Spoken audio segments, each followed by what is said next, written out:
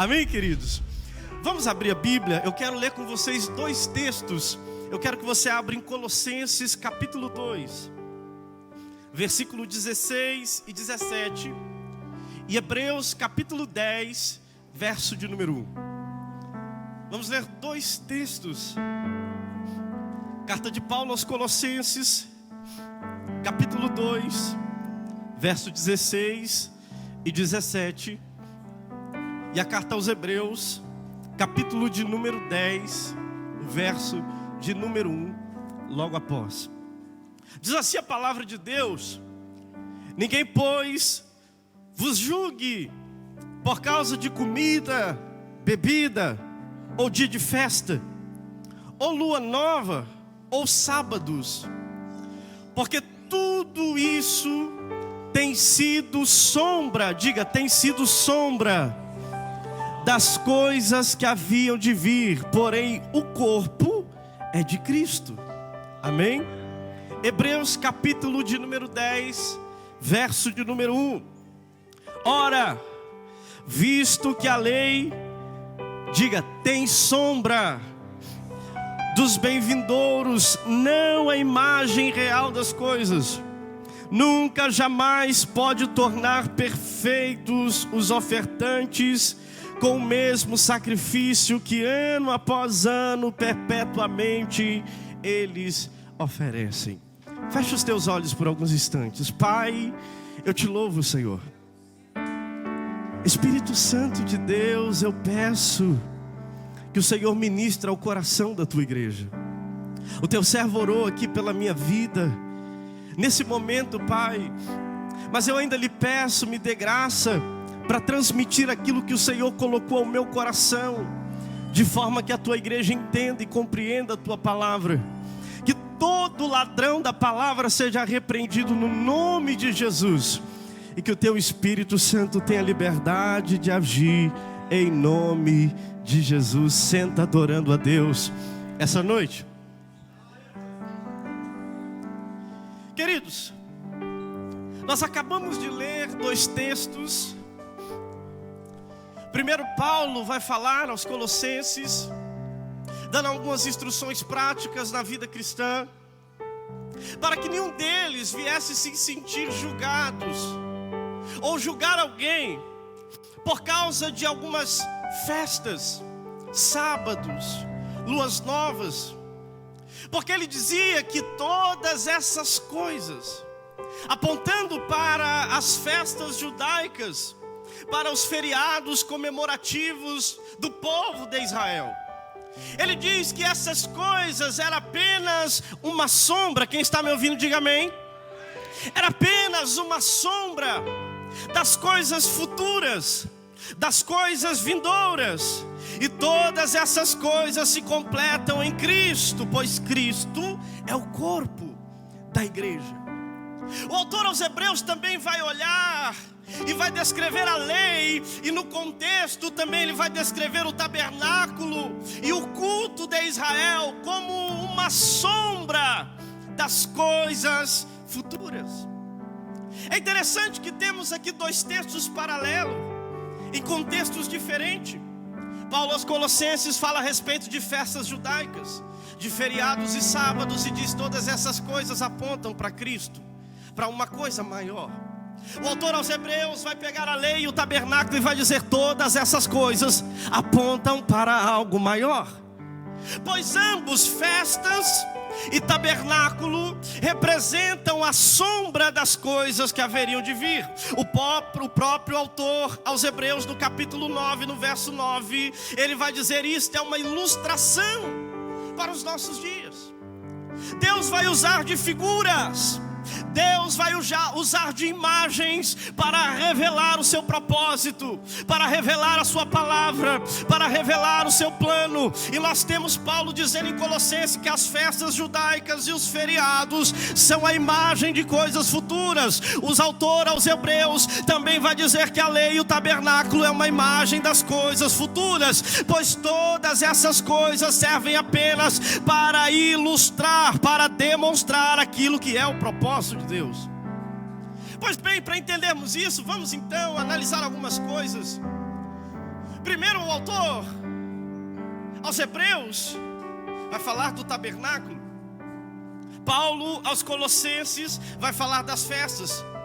Nós encontramos as festas judaicas e os feriados em Levítico capítulo 23, aonde Deus estabelece para Israel 7 festas, diga 7 festas: Páscoa, pães asmos, primícias, Pentecoste, trombetas, Yom Kippur, o dia da expiação, e tabernáculos.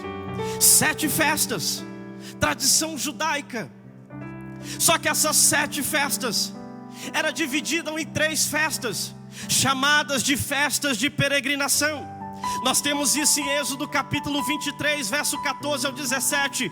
3 vezes no ano me celebrareis festas. A festa dos pães asmos guardarás 7 dias, comerás pães asmos, como tenho ordenado ao tempo apontado no mês de Abibe, porque nele saíste do Egito, ninguém apareça vazio perante mim. A festa da cega dos primeiros frutos do teu trabalho que houveres semeado no campo, e a festa da colheita, a saída do ano.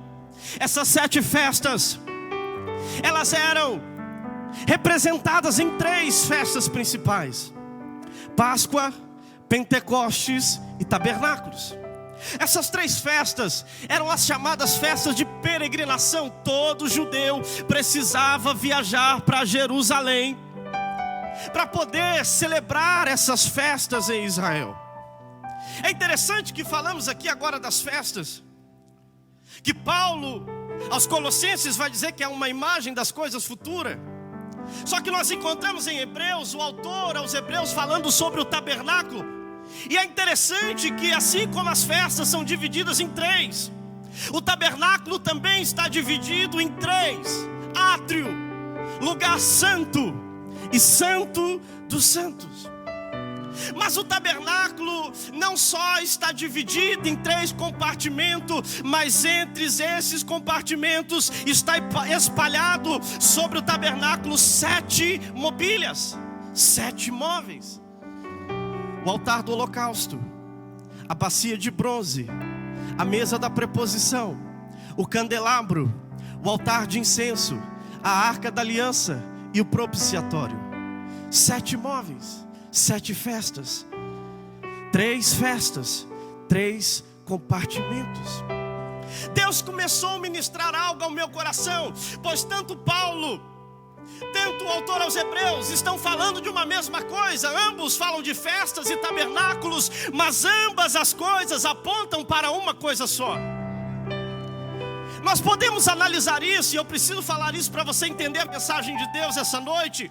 Nós podemos analisar festas e tabernáculos por 3 perspectivas. Primeiro, na perspectiva geral do plano de Deus para a humanidade, porque tanto festas quanto o tabernáculo vai revelar o propósito de Deus para a humanidade. Nós vemos a agenda de Deus ser cumprida tanto em festas quanto em tabernáculo. Nós vemos arrebatamento, nós vemos o sacrifício de Jesus, nós vemos milênio.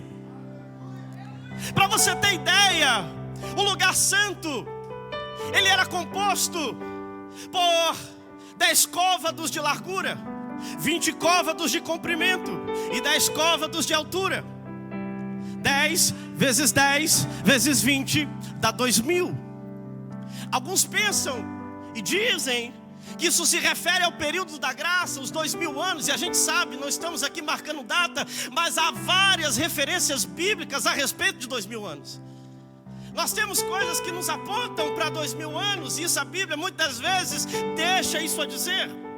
Enquanto no lugar santíssimo há 10 côvados de largura, 10 côvados de comprimento, 10 côvados de altura, dando 1000 metros cúbicos, apontando para o milênio. Entenda uma coisa, eu posso analisar festas e tabernáculo numa perspectiva do plano de Deus para a humanidade, traçando toda a trajetória da humanidade dentro do propósito de Deus, e Deus cumpre as suas agendas.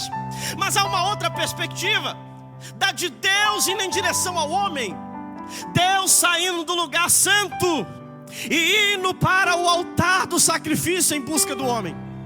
Mas há uma terceira perspectiva aqui. A terceira perspectiva é o caminho do homem em direção a Deus. Ao entrar no átrio, ao passar por Páscoa, o homem começa a sua jornada em direção a Deus. Dentro dessas três perspectivas, eu quero falar sobre a última. Estamos no ano do avivamento, e nós precisamos entender uma coisa, querido: avivamento não é o fim, avivamento é o caminho. Você pode olhar para o seu irmão e dizer: avivamento não é o fim, avivamento é o caminho. Aleluia. E isso vai ser revelado pela palavra de Deus. Entenda uma coisa: nada na Bíblia é em vão, tudo tem um propósito, amém? Em primeiro lugar, se nós formos analisar, a primeira festa de peregrinação era a festa da Páscoa. Essa festa era comemorada no dia 14 de Abib, o primeiro mês do calendário religioso de Israel. E logo no dia 15 era celebrado pães asmos durante 7 dias. Pães sem fermentos. Quem está me ouvindo, diga amém. Diga para o seu irmão: não perca nada para entender a mensagem. A Páscoa fala da redenção, da libertação do povo de Israel do Egito. Pois a Páscoa revela a nossa liberdade da escravidão, porque por meio de Cristo nós fomos libertos, redimidos, alcançados. Aleluia. A Páscoa aponta para Jesus, o sacrifício salvífico de Jesus, pois do mesmo jeito que Israel foi liberto do Egito, quando o cordeiro foi morto e o sangue passado nos umbrais das portas, nós fomos libertos pelo sangue de Jesus. Este sangue nos redimiu, este sangue nos comprou. Paulo vai dizer em 1 Coríntios capítulo 5 versículo 7, na nova tradução linguagem de hoje: jogue fora o fermento velho do pecado, para ficarem completamente puros. Aí vocês serão como massa nova e sem fermento, como vocês de fato já são, porque a nossa festa da Páscoa está pronta, agora que Cristo, nosso Cordeiro da Páscoa, já foi oferecido em sacrifício. Ele é o Cordeiro, aleluia, que nos redimiu, que nos libertou do poder do pecado e da morte. Só que há algo interessante, querido, porque no átrio todos os objetos são de bronze, toda mobília é feita por bronze. E o bronze na Bíblia fala do juízo de Deus sobre o pecado. Nós temos um exemplo disso quando Deus coloca a bênção e maldição sobre Israel em Deuteronômio 28, 23. A palavra de Deus é: o céu sobre a tua cabeça se tornará como bronze, se você escolher a maldição. Nós temos isso também como exemplo em Números capítulo 21, a serpente feita por Moisés de bronze, porque o bronze simboliza o juízo sobre o pecado, pois serpentes abrasadoras estavam matando o povo de Israel por causa da sua murmuração. Em toda a Bíblia nós vamos ver, aleluia, o bronze como juízo de Deus. E nós olhamos para a Páscoa, nós olhamos para aquele que recebeu e carregou a cruz nas suas costas. Sabe o que é isso, querido? Às vezes nós olhamos para a cruz e enxergamos amor, mas antes de enxergarmos amor, o que a cruz revela na verdade é juízo, porque aquele juízo era para estar sobre nós, mas Cristo revelou o seu amor, pegando aquilo que era nosso e colocou sobre as suas costas e disse: deixa que eu carrego todo o juízo, deixa que eu pago toda a dívida. Aleluia, aleluia. Altar de bronze e Páscoa estão conectados, falam da mesma coisa, do sacrifício de Jesus. Agora deixa eu te dizer uma coisa: não há caminhada cristã se eu antes não passar no trono do juízo. Não há caminhada cristã sem antes eu em direção ao altar. Porque às vezes achamos que vemos primeiro o amor de Deus e seguimos em direção ao juízo, e na verdade não. Recebemos primeiro o juízo e depois o amor é manifesto, e aí podemos seguir em frente. E deixa eu dizer uma coisa, querido. Tem muita gente querendo servir a Jesus e alcançar uma vida de pleno avivamento, mas não entendeu que existe uma trajetória e um caminho para percorrer. Que existe uma trajetória e um caminho para se caminhar. Paulo vai dizer aos Romanos capítulo 12, versículo 1, na versão ampliada: apelo a vocês, portanto, irmãos, e suplico a vocês, tendo em vista todas as misericórdias de Deus, que faça uma decisiva dedicação de seus corpos, apresentando todos os seus membros e faculdades como um sacrifício vivo, santo, devoto, consagrado e agradável a Deus, que é o seu culto e a sua adoração espiritual e racional. Sabe o que Paulo está dizendo? Quer dar início à trajetória em direção ao avivamento? Comece primeiro no altar. Coloque-se lá como oferta agradável, santa e aceitável a Deus. Não dá para começar por outro lugar, querido. Não dá para pular etapas. Às vezes acreditamos, aceitamos a Jesus, agora vamos pular etapas e vamos direto ao avivamento. Não, eu preciso primeiro passar pelo altar. Sabe por quê? O altar representa a morte do eu, a morte do egoísmo. Paulo vai dizer em 2 Coríntios capítulo 5, versículo 14: porquanto o amor de Cristo nos constrange, porque estamos plenamente convictos de que um morreu por todos, logo todos morreram. Ele não diz alguns, ele diz todos. Diga para o seu irmão assim: se Cristo morreu, não sacode ele até ele ficar irritado. Hoje é festa. Diga para ele: se Cristo morreu, eu e você também temos que morrer. Aleluia, aleluia. Pastor, tem que morrer? Tem que morrer. Tem que morrer a vaidade, tem que morrer o egoísmo, tem que morrer o egocentrismo, tem que morrer aquilo que não presta, precisa ficar no altar, não pode permanecer, é preciso morrer. E o chamado do Evangelho é um chamado de morte para esse mundo, para que alcancemos a vida espiritual. Jesus disse: aquele que quer ganhar a sua vida, esse vai perder, mas aquele que perder a sua vida por amor de mim, esse vai ganhar. Estamos no átrio, amém? Estamos no altar, estamos na Páscoa. Mas depois da Páscoa, logo depois, dá-se início a uma festa chamada de Pães Asmos. O que era a festa de Pães Asmos? A festa de Pães Asmos era uma festa onde o judeu não poderia comer nenhum tipo de fermento durante 7 dias. 7 dias nenhum fermento poderia estar dentro da casa de um judeu. Alguns dizem que até hoje judeus, nos Pães Asmos, na festa de Pães Asmos, guardam uns pacotinhos de fermento em casa e manda a meninada procurar, e aqueles que acharem ganham um prêmio. E ensinam as crianças que não pode haver fermento dentro de casa, porque o fermento fala de pecado. 1 Coríntios 5,7 nós lemos isso: jogue fora o fermento velho do pecado.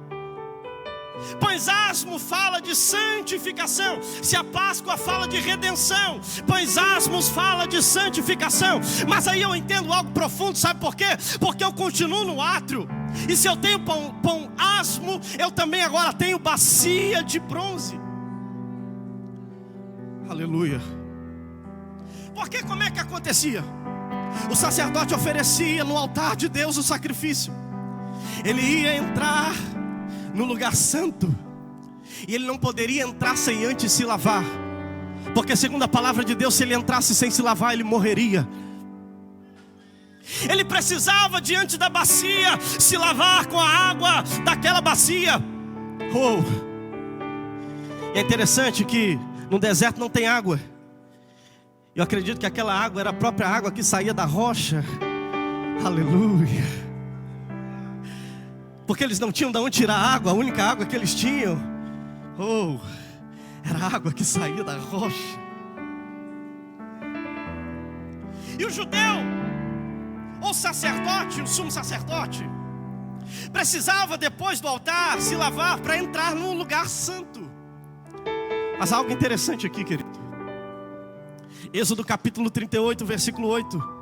Na versão King James vai dizer: fez uma bacia e sua base com bronze polido, o mesmo polimento com que se conseguiam fazer os espelhos de bronze usado pelas mulheres que serviam a entrada da tenda da presença de Deus, chamada tenda do encontro ou da reunião. A bacia, ela não tem muitas especificações sobre ela, mas nós encontramos isso aqui, Deus dizendo: faça a bacia polida a ponto de se tornar um espelho. Diga espelho.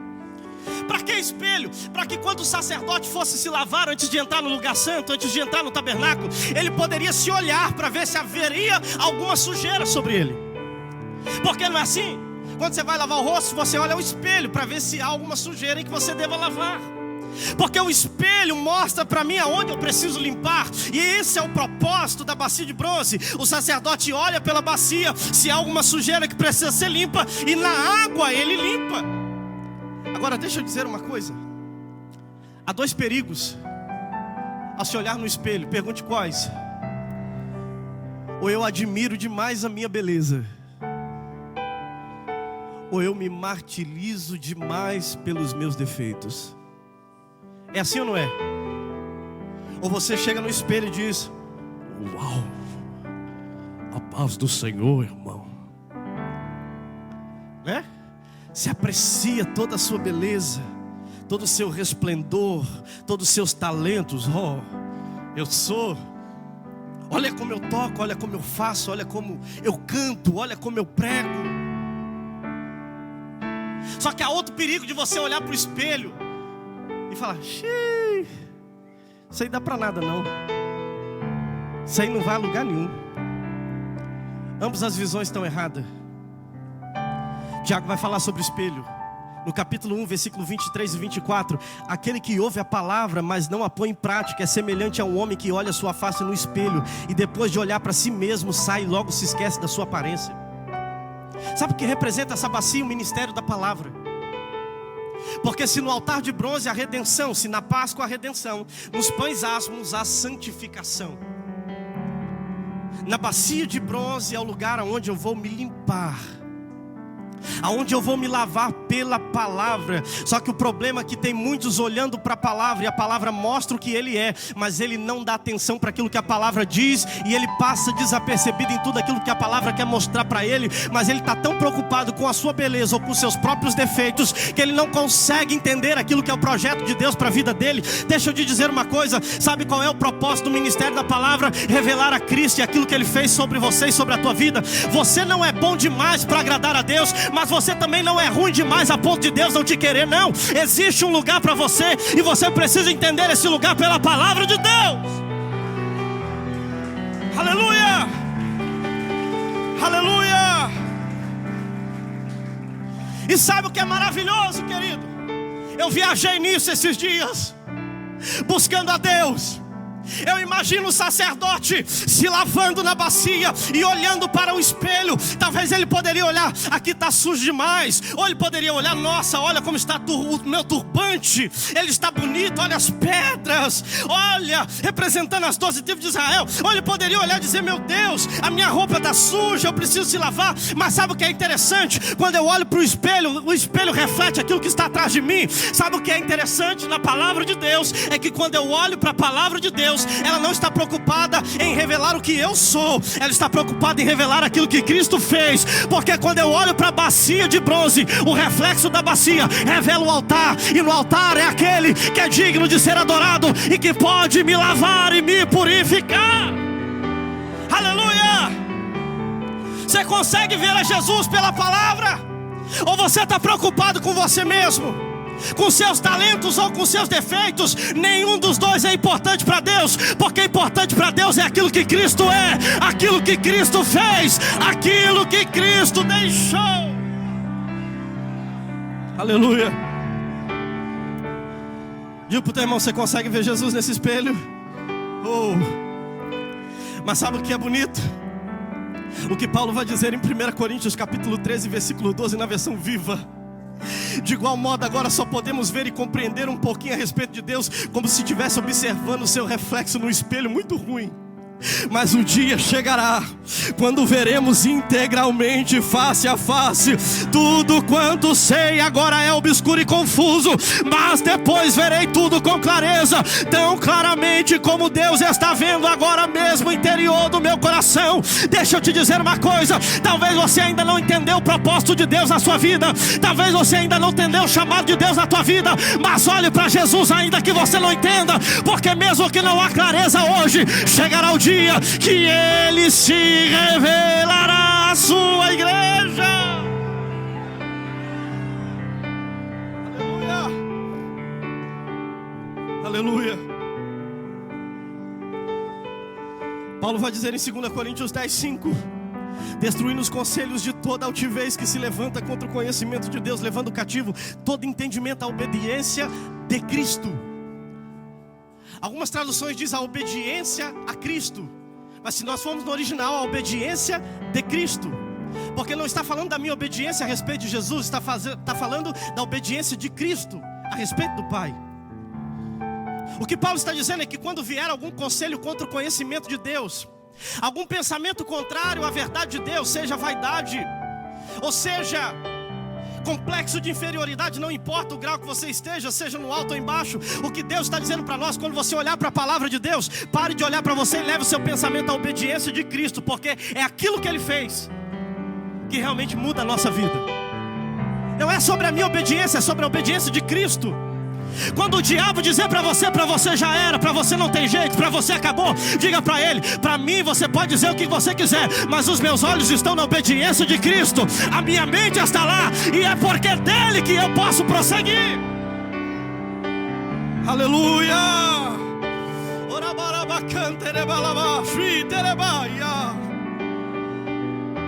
Quando eu entendo isso, quando eu entendo aquilo que Jesus é e o que a palavra revela, eu deixo agora a palavra me lavar. E Paulo vai dizer isso em Efésios 5:26, na versão fácil de ler: e fez isso para consagrar a igreja ao serviço de Deus, purificando-a por meio da lavagem em água com a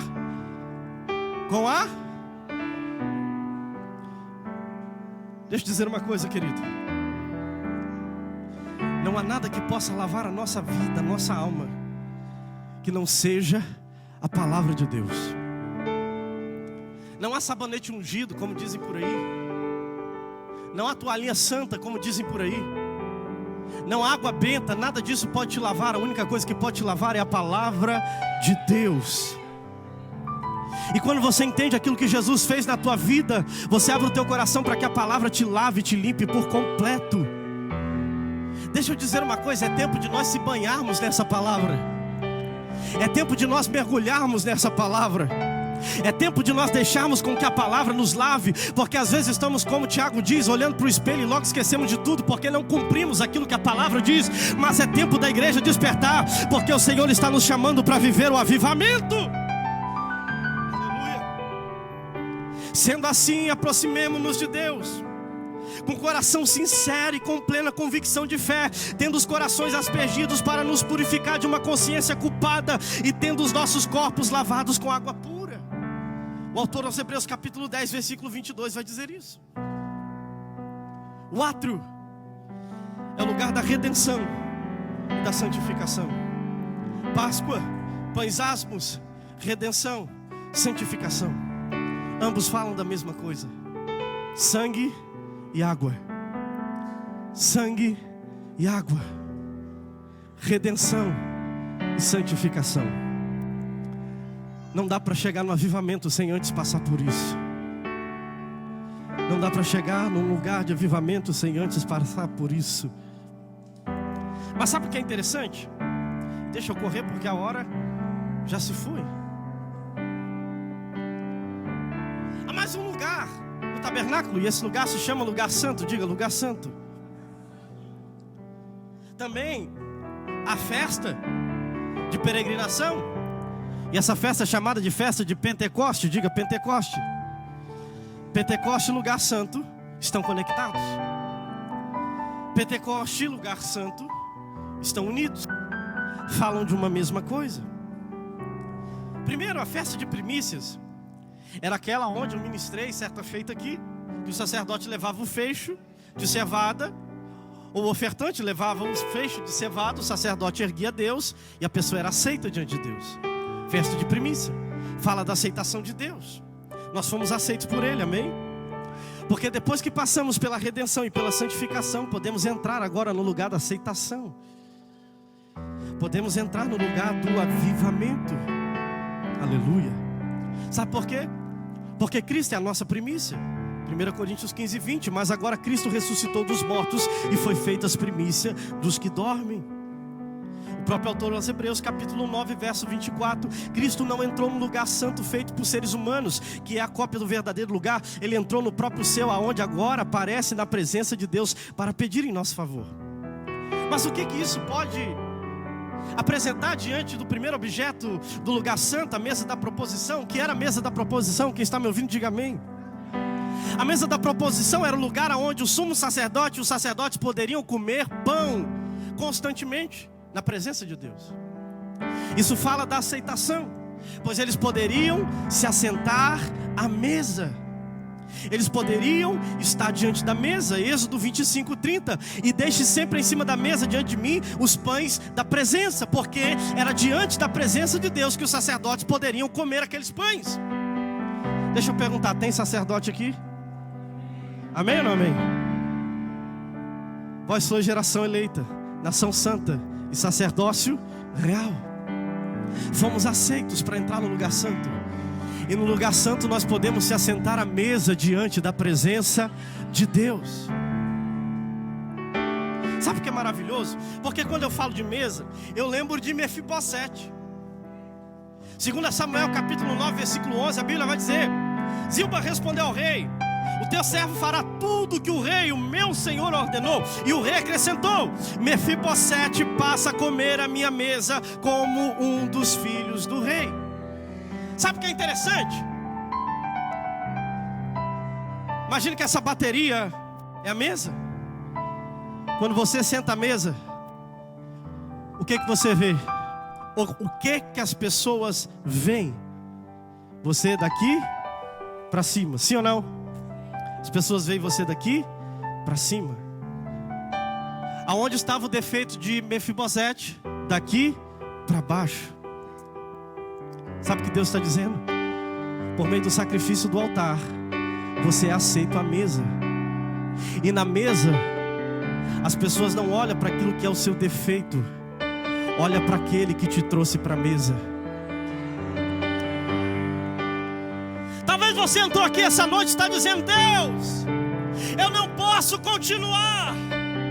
Deus, eu não consigo vencer. A minha dificuldade não me deixa prosseguir. Deixa eu te dizer uma coisa: olhe para o Cordeiro, olhe para Cristo, porque na mesa os teus defeitos não serão vistos, mas será visto aquele que te chamou. Aleluia! Aleluia! Rabacantarabalabachera bandarabaia. Primícias, mesa da proposição, mesa da presença. Temos candelabro e Pentecoste. Pentecoste era a festa, deixa eu correr, que acontecia 50 dias depois da Páscoa. E foi nesse dia que aconteceu um grande avivamento. O Espírito do Senhor desceu. E de repente veio um som como de um vento veemente, impetuoso, encheu toda a casa. E foram vistas por eles línguas repartidas como de fogo. E começaram a falar em outras línguas. Avivamento está no lugar de Pentecostes. Está diante da menorá, pois ambos apontam para o avivamento. Porque eu sou redimido, santificado, aceito e agora avivado. Tem crente avivado aqui essa noite? Tem crente avivado aqui essa noite? Sabe o que é interessante? Aleluia! nós vamos ver o que o menorá representa. Ou candelabro, ou castiçal. Zacarias 4, 2, 6, a Bíblia vai dizer: e me disse, que vês? E eu disse: olho, e eis um castiçal todo de ouro, e um vaso de azeite no cimo, com as suas 7 lâmpadas, e cada lâmpada posta no cimo tinha 7 canudos, e por cima dele 2 oliveiras, uma à direita do vaso de azeite, e outra à sua esquerda. E falei, disse ao anjo que falava comigo, dizendo: Senhor meu, que é isso? Então respondeu o anjo que falava comigo e me disse: não sabe tu que é isso? E eu disse: não, Senhor meu. E respondeu e me falou, dizendo: esta é a palavra do Senhor a Zorobabel, dizendo: não por força nem por violência, mas pelo meu espírito, diz o Senhor dos exércitos. No ambiente do avivamento, no castiçal, não é o homem quem faz é o Espírito Santo. Não é o homem que tem a capacidade de fazer, mas quem capacita é o Espírito Santo para fazer. Porque Deus pega as coisas loucas para confundir as grandes. Deus pega as coisas pequenas para confundir as grandes. Mas sabe o que é interessante? Que o castiçal tem 7 hastes, diga 7 hastes. Isso aponta para a plenitude do Espírito, a ação plena do Espírito. Apocalipse capítulo 1, versículo 4. João, as 7 igrejas que estão na Ásia: graça e paz seja convosco da parte daquele que é, que era e que há de vir, e das dos 7 espíritos que estão diante do trono de Deus. Apocalipse capítulo 3, versículo 1. E o anjo da igreja que está em Sardes escreve: isto diz o que tem os 7 espíritos de Deus. Espera lá, é um espírito ou é 7? O que é que isso representa? O Espírito é um, mas a ação plena do Espírito se manifesta de 7 formas.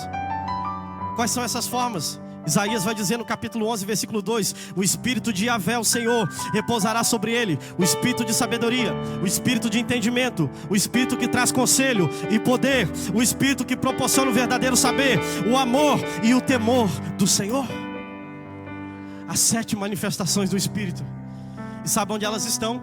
No lugar do avivamento. E é por isso que eu entendo que Paulo vai dizer em Efésios capítulo 1, versículo 17: para que o Deus de nosso Senhor Jesus Cristo, Pai da glória, vos dê um espírito de sabedoria e de revelação no pleno conhecimento dele. Deixa eu te dizer uma coisa, irmão. Sabe o que Deus está nos chamando a viver? Entenda isso. Sabe o que Deus está nos chamando a viver?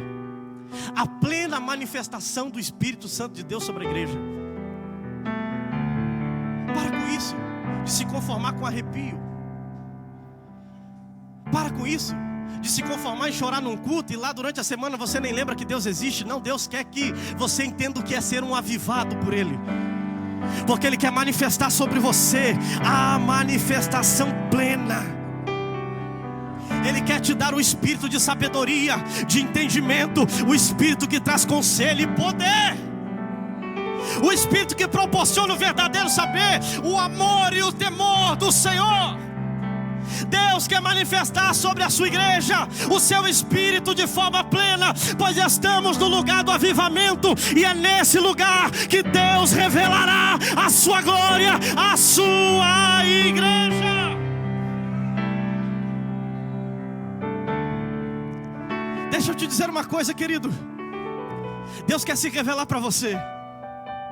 Eu vim aqui para te dizer, nesse ano de avivamento, nessa festa de 20 anos, Deus quer se revelar para você através do Espírito Santo de Deus. É tempo de você largar esse espelho e parar de olhar para você mesmo e olhar para Cristo, para que você possa entrar e viver aquilo que Ele tem para você. Deus está te chamando para viver o sobrenatural. Entenda isso, Deus está te chamando para viver o sobrenatural na sua vida. Não é para viver na superficialidade, não. Porque no ambiente de avivamento tem plena manifestação do Espírito Santo de Deus. Pense comigo. Será que o Espírito Santo tem tido liberdade para agir na minha vida? Será que o Espírito Santo tem tido liberdade de fazer aquilo que Ele quer na minha vida? Porque às vezes nós até nos assentamos à mesa, mas não damos liberdade para o Espírito Santo trabalhar. Nós até sentamos à mesa, mas não damos liberdade para o Espírito Santo fazer aquilo que Ele quer. Por isso eu te convido a dizer: faz em mim, Espírito Santo, aquilo que Tu queres. Manifesta em mim a plenitude do Senhor. Ei, não é tempo de ficar com as águas na canela, no joelho, na cintura. É tempo de mergulhar. Você pode dizer isso para o seu irmão? É tempo de mergulhar. Não diga forte para ele, é tempo de mergulhar. Rabacastri Kelebaia Aramanashri Cantora Lamanashri Deremanai. E esse Espírito está nesse lugar procurando aonde possa mover, aonde houver um coração aberto para Ele manifestar a plenitude. Oramanashri Cantalamanarabai. Talvez você entrou caído nessa noite. Talvez você entrou fraco na fé nessa noite. Talvez você entrou desanimado. Mas receba agora o renovo do Espírito Santo de Deus sobre a tua vida. Receba o renovo do Espírito Santo de Deus sobre a sua casa. Orabalabashmi.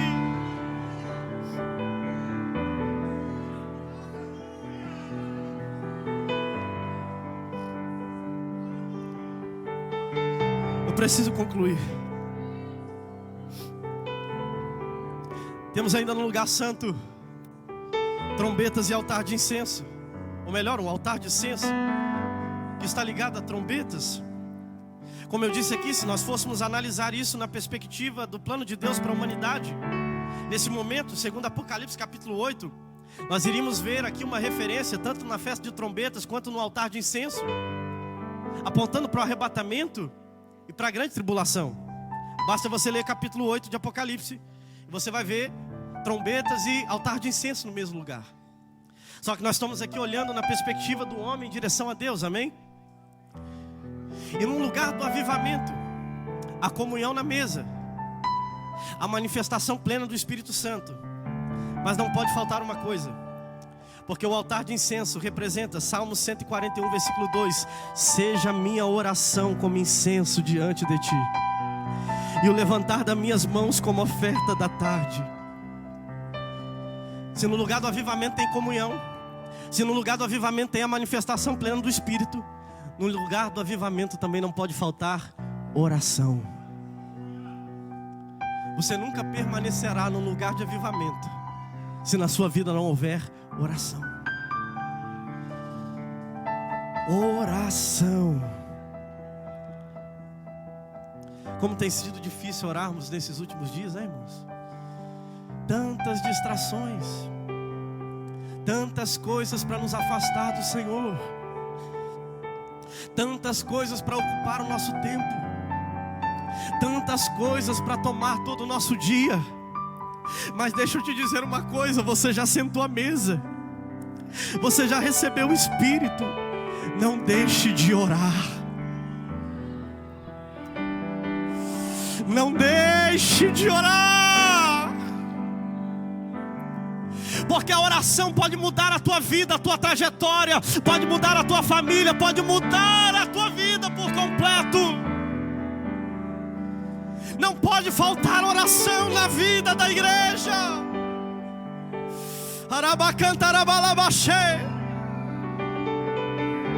Atos capítulo 1, versículo 14: todos esses, com suas mentes em completa concordância, devotavam-se firmemente à oração.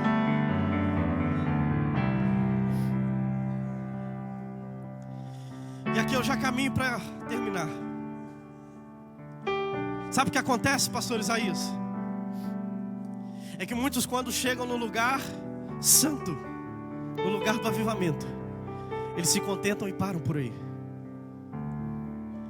A grande maioria dos crentes, quando chega no lugar do avivamento, se contenta e para por aí, com a comunhão, com o mover do Espírito e com alguma oração.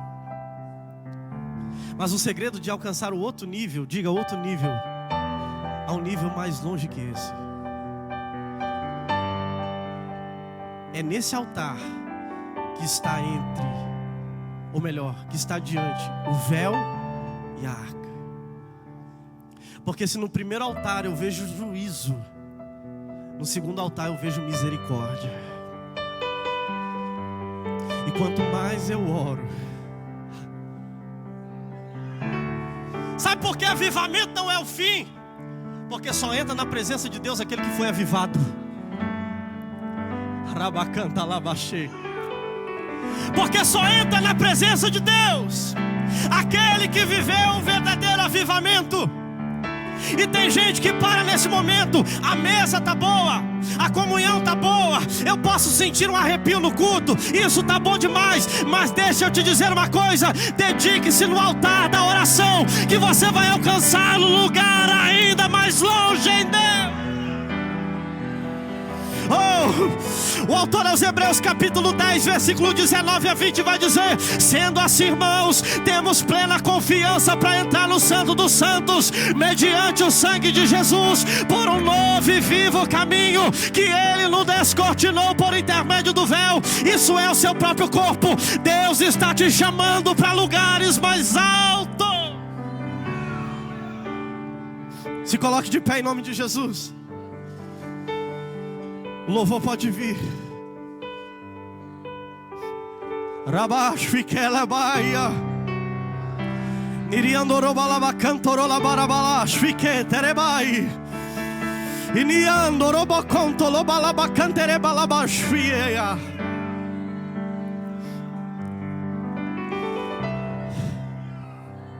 Sabe como é que o sumo sacerdote entrava no Santo dos Santos? Ele pegava no altar do incenso o incensário. Ele começava a entrar no Santo dos Santos, enchendo o lugar de fumaça. Sabe o que é isso? Comece a encher esse lugar de oração e você verá o que Deus irá fazer. Será que você pode fechar os seus olhos? Eu queria convidar aqui na frente aqueles que estão no átrio e ainda não viveram um avivamento, aqueles que já viveram um avivamento, mas querem alcançar um nível mais profundo. Eu quero chamar esses dois tipos de pessoas. Vem aqui na frente. Aqueles que estão no átrio e ainda não viveram um avivamento, e aqueles que já viveram um avivamento, mas querem alcançar um nível mais profundo. Vem aqui na frente. Deus tem algo para você essa noite. Você que entendeu essa palavra, Deus tem algo para você essa noite. Aleluias, aleluias, aleluias, aleluias, aleluias. Arashfikalabai, aleluias, aleluias. O Senhor está te chamando. O Senhor quer te trazer para perto. Você que já está dizendo para Deus: Senhor, eu quero mais. Eu sei que isso não é tudo. Eu sei que o Senhor tem mais. Eu sei que isso não é tudo. Me ajuda a viver uma vida de oração e comunhão, para que eu possa entrar nesse novo nível. Deixa o Espírito Santo te conduzir. Ele está na casa. Enche esse lugar de adoração. O Espírito Santo de Deus está nesse lugar. Tu tens liberdade, Espírito Santo. Tu tens liberdade, Espírito Santo. Tu tens liberdade. Deixa Ele te tocar. Deixa o reflexo de Cristo resplandecer sobre você. Sinta a presença do Espírito Santo de Deus. Eu queria convidar os pastores aqui para nós orarmos por essas vidas. Amém, pastores? Me ajudem. Vamos orar por essas vidas. Há uma glória de Deus nesse lugar, querido.